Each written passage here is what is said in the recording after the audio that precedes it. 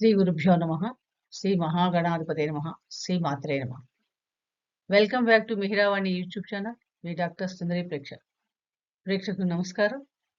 ఈ రోజు మనం ఈ వీడియోలో పితృపక్షాలు ఎప్పటి నుంచి ప్రారంభం అవుతున్నాయి, ఈ పితృపక్షాల్లో అసలు ఏం చేయాలి, ఏం చేయకూడదు, అసలు పితృశాపాలు తొలగాలంటే మనం ఎటువంటి దానాలు చేసుకోవాలి, ఏ స్తోత్రాలు చదవాలి అనే అనేక విషయాలు కూడా మనం ఇప్పుడు ఈ వీడియో తెలుసుకునే ప్రయత్నం చేద్దాం. మనకి క్రోధీనామ సంవత్సరం మహాలయ పక్షం సెప్టెంబర్ 18వ తారీఖు నుండి అక్టోబర్ 2వ తారీఖు వరకు ఉంది. ఈ 15 రోజుల్ని మహాలయ పక్షాలు అంటారు. ఈ మహాలయ పక్షం అంటేనే పితృపక్షాలని కూడా మనం అంటం జరుగుతుంది. అంటే క్రోధీనామ సంవత్సరంలో పౌర్ణమి 18వ తారీఖు ఉదయం వెళ్ళిపోయి కృష్ణపక్ష పాడ్యం కూడా మొదలవుతుంది. పితృపక్షాలకి మధ్యాహ్న తిథి కూడా ఇంపార్టెంట్ కాబట్టి ఈ 18వ తారీఖు నుండే మనకి ఈ పితృపక్షాలు మొదలవుతున్నాయి. ఈ పితృపక్షాల్లో ముఖ్యంగా మనం చేయవలసింది అంటే భాద్రపద మాసంలో పౌర్ణమి నుండి అమావాస్య వరకు కాలాన్నే మహాలయ పక్షం లేదా పితృపక్షం అంటారు. అంటే ఈ పితృపక్షంలో ముఖ్యంగా మృతులైన పితరులకు అంటే తాత ముత్తాతలు తల్లిదండ్రులకి పూర్వీకులకి మొదటి నుండి పాడ్యము నుండి అమావాస్య దాకా కూడా తర్పణాలు ఇవ్వాలి. అలాగే శ్రాద్ధాన్ని కూడా చేయాలి. కంపల్సరీగా ఈ అన్ని రోజులు కూడా చేయాలి అనేది ఒక పెద్ద ముఖ్యమైన విషయం. ఎందుకంటే మన పూర్వీకులు ఈ పితృపక్షాల్లో భూమి మీద సంచరిస్తారట ఈ 15 రోజుల్లో మనం అనుగ్రహించడానికి. ఇది ఒక అద్భుతమైన అవకాశం అనమాట. వాళ్ళు ఎవరైతే వాళ్ళ కుటుంబీకులు ఈ సమయంలో వాళ్ళకి తర్పణాలు ఇచ్చి దానాలు చేస్తారో వారిని అనుగ్రహిస్తారు.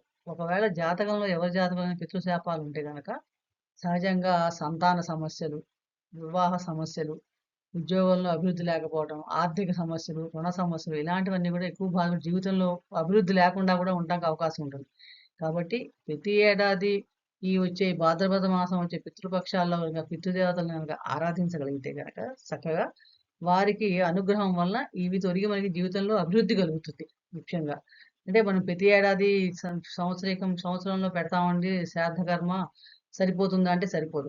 అది సమానం చేసినప్పటికీ కూడా కంపల్సరీగా భాద్రపద మాసంలో వచ్చే 15 రోజుల పితృపక్షాల్లో కూడా కంపల్సరీగా మనం పితృదేవతల ఆరాధన మనకి చెప్పబడింది.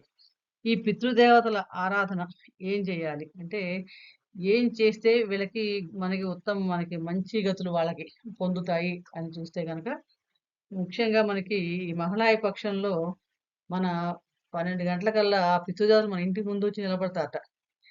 వాళ్ళని సంతృప్తిపరిచితే గనక వాళ్ళు మనకి అనుగ్రహిస్తారు.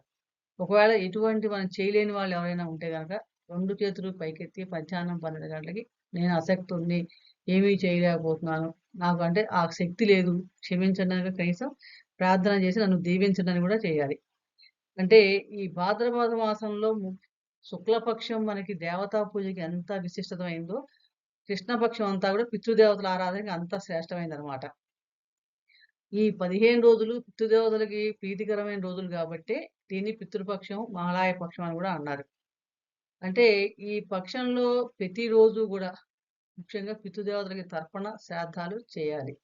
ఒకవేళ అన్ని రోజులు మేము చేయలేమన్నా గనక మీ పితృదేవతలు ఎవరైతే ఏ తిథి రోజు మృతి చెందారో వారికి ఆ రోజున ఈ పక్షంలో వచ్చే ఆ తిథి రోజు వారికి శ్రాద్ధ కార్యక్రమాలు నిర్వర్తించాలి. ముఖ్యంగా తండ్రి జీవించి తల్లి లేని వాళ్ళైతే ఈ పక్షంలో వచ్చే నవమి నాడు కంపల్సరీగా తర్పణ శ్రాద్ధ విధులను ఆచరించాలి. ఒకవేళ తల్లి తండ్రి ఇద్దరూ లేనివారు తప్పకుండా పితృకర్మలు చేయాలి ఈ పక్షం అంతా. ఒకవేళ ఈ పక్షం అంతా చేయలేని పరిస్థితిలో ఉన్నారు ఒక్క మహాలయ అమావాస్య అంటే అక్టోబర్ 2వ తారీఖు నాడైనా చేయాలన్నమాట. అది మనకి శాస్త్ర ప్రకారం చెప్పడం జరిగింది. అలాగే ఈ పితృకర్మలు ముఖ్యంగా ఏంటంటే ఒక రోజైనా అన్నశ్రాద్ధం అయినా చేయాలి. అన్నశ్రాద్ధం చేయలేకపోతే హిరణ్య శ్రాద్ధం అయినా చేయాలి. ఒక మహాలయమైనా చేయాలి. ఇలా ఏమీ చేయలేని వారు నిత్య దరిద్రులై ఉండి మేమేమీ చేయలేము అన్నవాళ్ళు కనీసం మధ్యాహ్నం ఆ పితృదేవత స్తోత్రాన్నైనా మనం పఠించాలన్నమాట. అలాగే ఈ క్రోధీనామ సంవత్సరంలో ఒక అద్భుతమైన అవకాశం ఏంటంటే ప్రతిసారి కంటే కూడా మనకి 2 మహా విశేషాలు మనకి ఈ మాసంలో కనిపిస్తాయి. ఈ సంవత్సరంలో మహాపర్వతైన గజోత్సాహ యోగంలో గనక ఎవరైతే పిండ ప్రదానం చేస్తారో వాళ్ళప్పుడు పితృదేవతలు మహానంద భరితులు అవుతారట. అంటే ఇది ఎప్పుడు వస్తుందని చూస్తూ ఉంటారు. ప్రతి ఏడాది కూడా ఒక గజోచ్ఛాయ వస్తేనే చాలా అనుకున్నది ఈ క్రోధీనామ సంవత్సరం మనకి ప్రస్తుతం 2024లో 2 సార్లు వచ్చాయి. మొదటి సెప్టెంబర్ 30 తారీఖు వస్తే, రెండోది అక్టోబర్ 2వ తారీఖు నాడు వస్తోంది. అమాగచ్ఛాయ వస్తోంది. అంటే ఇంత అద్భుతమైన సమయం మనకి రావటానికి చాలా రోజులు పడుతుంది. కాబట్టి ఈ 2 రోజులు కూడా చాలా అత్యంత యోగదాయకమైనమాట. ఈ 2 రోజులు ఎందుకంటే మఖా నక్షత్రం, భరణి నక్షత్రం 2 రోజులున్నాయి. ఈ రోజు ఎవరైతే గనక శ్రాద్ధం చేస్తారో వారికి ఆ పితృదేవత అనుగ్రహం చాలా శీఘ్రంగా కలుగుతుండడం ఎటువంటి సందేహం లేదు మనకి.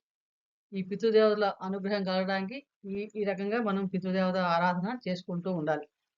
అలాగే పితృదేవతల ఆరాధన చేశాక ఏం చేయకూడదు. ఈ 15 రోజుల్లో కూడా మనం ఏం చేయకూడదు అని చెప్తే గనక, ఈ 15 రోజుల్లో గనక మనం మధ్య మాంసాలకి దూరంగా ఉండాలి.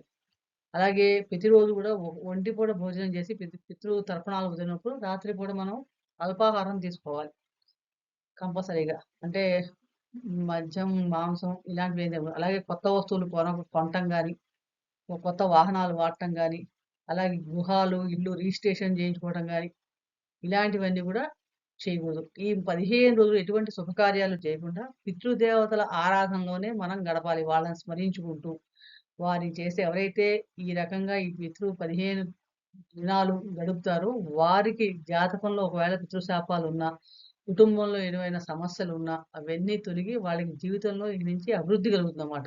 ఎందుకంటే పితృదేవతలు మనకి వాళ్ళ అనుగ్రహం ఉంటేనే మనం వంశాభివృద్ధి కలుగుతుంది. మనం జీవితంలో కూడా ముందుకు పైకెళ్తాం. అదే విధంగా దేవతారాధన కంటే కూడా దేవతారాధన చాలా శ్రేష్టమైనది. ఎవరైతే ఈ పితృపక్షాల్లో పితృదేవతలను ఆరాధిస్తారో వారికి బ్రహ్మ, విష్ణు, మహేశ్వరులను ఆరాధించిన ఫలితం ఏకకాలంలో కలుగుతుందట. కాబట్టి అన్నిటికంటే ఈ పితృపక్షాలు 15 రోజులు భాద్రపద పౌర్ణమి నుండి అమావాస్య దాకా వచ్చే ఈ 15 రోజుల్లో కూడా కంపల్సరీగా మనం పితృదేవతలను స్మరించుకోవాలి. అలాగే ఒక బ్రాహ్మణులకి పొత్తర దానం ఇవ్వాలి.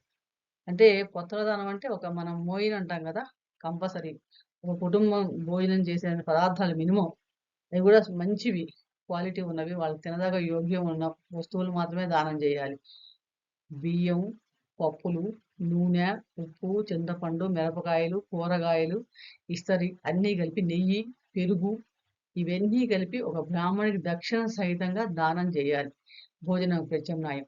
కుదిరిన వాళ్ళు ఇంట్లో మనకి వసతి ఉండి చేయగలమంటే ఇంట్లో చక్కగా పిలిచి బ్రాహ్మణుడికి భోజనం పెట్టవచ్చు.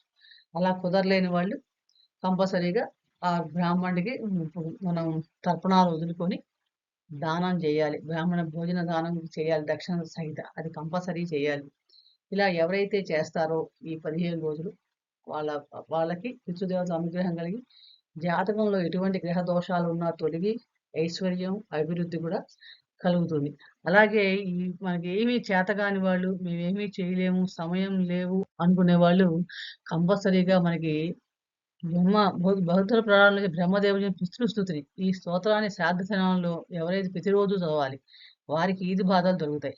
అంటే ఒకవేళ మనం తెలుసో తెలియక మన పెద్దల విషయంలో ఏమైనా తప్పు చేసి ఉంటే పశ్చాత్తాపం చెంది మేము అప్పుడు తెలియక చేశామని క్షమించమని అడిగి ఈ స్తోత్రం చదివితే గనక వాళ్ళకి ప్రాయశ్చిత్తం కలుగుతుంది. అలాగే వాళ్ళ అనుగ్రహం శీఘ్రంగా కూడా మనకు కలుగుతుందన్నమాట. కాబట్టి ఈ పితృస్తుతిని ప్రతి ఒక్కరు ఈ 15 రోజులు కూడా మధ్యాహ్నం 12 గంటల సమయంలో చక్కగా మనం ఈ పితృస్తుతి చదివి ఆ పితృదేవతకి నమస్కారం చేసుకోవడం వల్ల కూడా చాలా మటుకు మనకి ఆ పితృదేవతల అనుగ్రహం కలగడానికి అవకాశం ఎక్కువగా ఉంది. కాబట్టి ప్రతి ఒక్కరు కూడా మనం అత్యంత సులభంగా ఆ పితృదేవతల అనుగ్రహం పొందడానికి ఈ 15 రోజులు అంటే 18 సెప్టెంబర్ నుండి అక్టోబర్ 2వ తారీఖు దాకా ఎవరైతే ఆ పితృదేవతలను ఆరాధన చేస్తారో వారిని తలుచుకొని వారికి మన తిలతర్పణాలు వదిలి అలాగే శ్రాద్ధ కర్మలు నిర్వర్తించి బ్రాహ్మణులకి సంతుష్టికరంగా దానం చేసి ఎవరైతే చేస్తారో వారికి వారి అనుగ్రహం ఆ పితృదేవతల అనుగ్రహం వారికి ఉత్తమ గతులు కలిగి వారి అనుగ్రహం వలన మనకి సుఖశాంతులు మన కోసం చేయటం, వారి కోసం కాదు, మనం అభివృద్ధి చెంది జీవితంలో సుఖశాంతంగా బతకడానికి, అష్టైశ్వర్యాలు కలగడానికి, వంశాభివృద్ధి కలగటానిలో ఎటువంటి సందేహం లేదు. కాబట్టి ప్రతి ఒక్కరు కూడా ఈ 15 రోజుల సమయాన్ని సద్వినియోగం చేసుకొని ఆ పితృదేవతల యొక్క అనుగ్రహాన్ని పొందుతారని ఆశిస్తున్నాను. మరొక విషయం గురించి మరొక వీడియోలు తెలుసుకునే ప్రయత్నం చేద్దాం. ఇది అందరికీ కూడా షేర్ చేయండి, నచ్చితే లైక్ చేయండి. సర్వే జనా సుఖినో భవంతు. శుభం భూయాత్.